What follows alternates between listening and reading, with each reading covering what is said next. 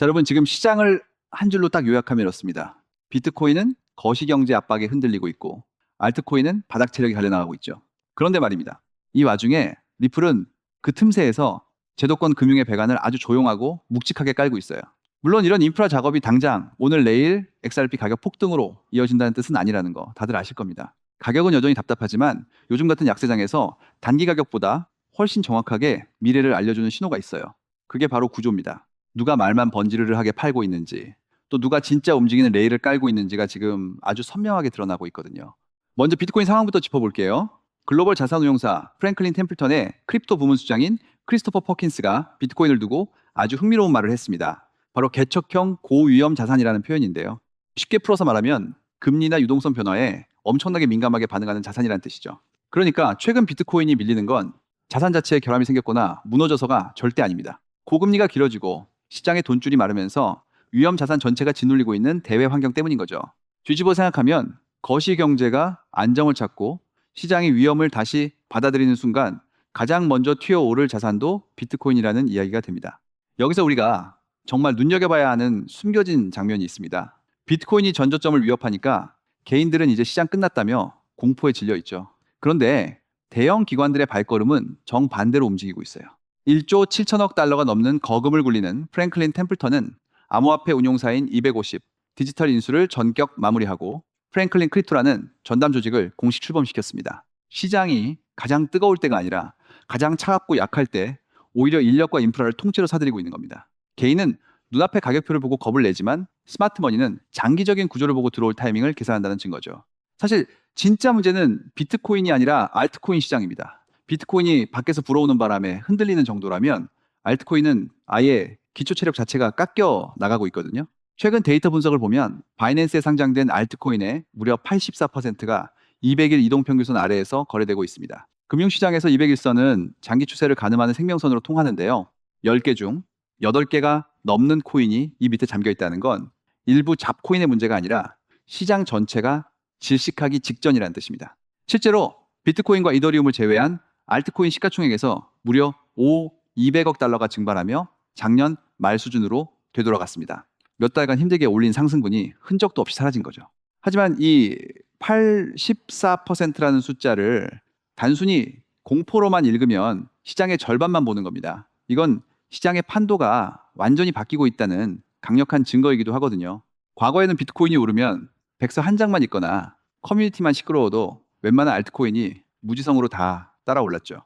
돈이 넘쳐나던 시절의 이야기입니다. 하지만 지금처럼 유동성이 줄어든 환경에서는 아무 코인이나 받아주는 눈먼 돈이 없어요. 결국 실체가 있어서 살아남을 자산과 껍데기만 있다가 사라질 자산이 철저하게 갈라지는 구조조정장이 시작된 겁니다. 역사적으로 이런 극단적인 비관 구간이야말로 진짜 알짜배기 자산을 고를 최고의 기회였습니다. 테더의 전략 어드바이저인 가버워스가 최근 크립토 시장을 향해 아주 따가운 일침을 날렸습니다. 시장의 담론 상당 부분을 지독하게 가벼운 사람들이 장악해서 부실한 상품과 낡은 내러티브, 즉 이야기만 복제해서 팔아치우고 있다는 비판이죠. 실제 금융의 문제를 해결하는 인프라를 만드는 대신 마케팅으로 토큰 가격 띄우기에만 급급했다는 지적입니다. 거스는 차라리 실물 자산을 토큰화하는 RWA 붐이 더 일찍 왔어야 했다며 아쉬워했는데요.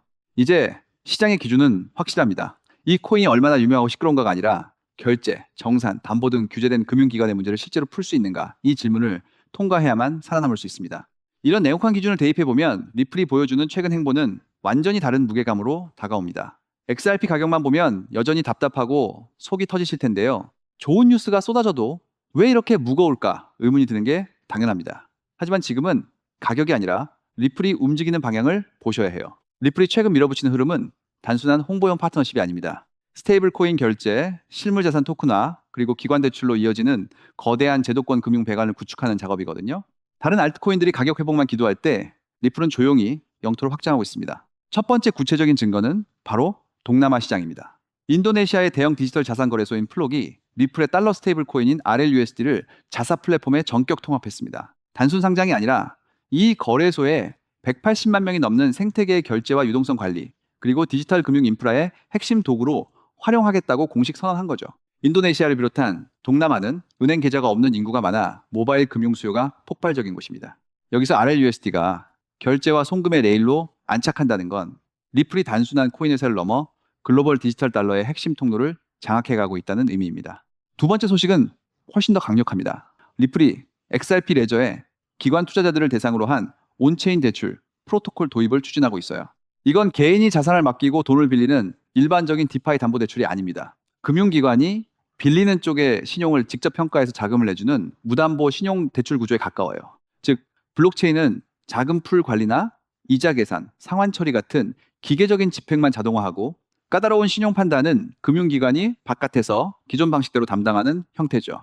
사람이 하는 신용 판단과 블록체인의 효율성을 결합한 하이브리드 금융 배관인 셈입니다. 이 하이브리드 방식이 왜 대단하냐면요.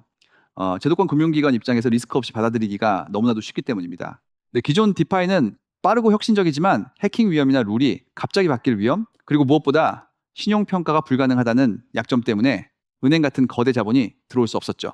하지만 리플의 제안은 다릅니다. 안전한 신용평가는 기존 은행이 지고가 돼 복잡하고 비용이 많이 드는 대출 조건의 집행만 XRP 레저가 깔끔하게 처리해 주니까요. 예측 가능성을 목숨처럼 여기는 스마트 머니에게 이보다 매력적인 기관용 인프라는 없을 겁니다.